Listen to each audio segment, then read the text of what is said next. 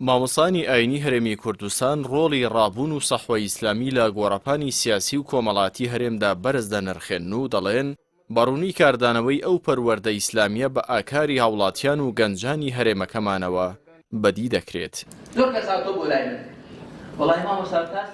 کۆمەڵی دادگەری لەگەڵ برایانی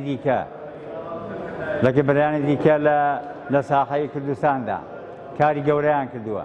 یەکێ لەوانە الحەمدوللا خەڵکی موسڵمانی میلەتی کوردستان کە هەستی پێ دەکا بەرەو ئیسلامەتی هاتووە. ئەم هەموو مزگەوت و ئەو هەموو مەدرسە و ئەو هەموو سەنتەرە و ئەو هەموو ئافرەتە دایان پاک و حیجاب و ئەم هەموو گەنجە جوانە کە ڕوان کردوتە مزگەوت. دەستی مزگەوتی وە یەک جامانە بەسەری تێدا هەمووی گەنجی جوان. ئەمە سوپاسی خۆی پەروەردگارەکەین.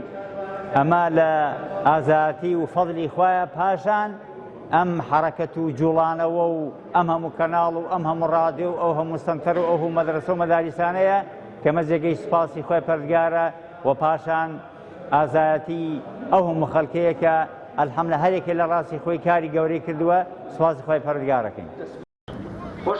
مامۆساکی دیکەی ئاینیش پێی وایە کۆمەڵی دادگەری و سەحوەی ئیسلامی لەگەڵ پێشکەوتنەکانی سەردەم چوونەتە پێشەوە بە شێوەیەک وتار و ئامۆژگاریەکانی مامۆستایان ڕووپەڕی تۆڕە کۆمەڵاتیەکانی تەنیوە.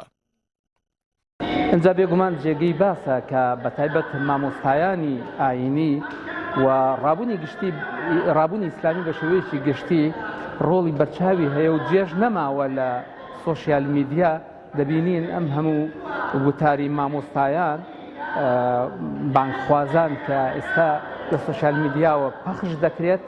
سوپاس بەخوای پەروەردگار ئەوەش ڕۆڵ و کاریگەریی بەرچاوی هەبووە لە گێڕانەوەی گەنج و لاوەکانمان و باوەش دانیان لە ئاینی ئیسلامی پێرەوە. شایەتی بۆ خەبات و دڵسۆزی کۆمەڵ لەلایەن مامۆسانی ئاینیەوە لە کاتێکدایە. کۆمەڵ لە سیویەکی ئایاری ئەمساڵ کەرنەڤاڵێکی پڕشکۆی بۆ کەسوکاری شەیدانی ڕێگەی ڕابوونی ئیسلامی ڕێکخست و بەشێکی ئەو مامۆسانش لە مامۆسانی ئاینی و مێزەر پاک و دەست بەدەست نوێژەکان بوون.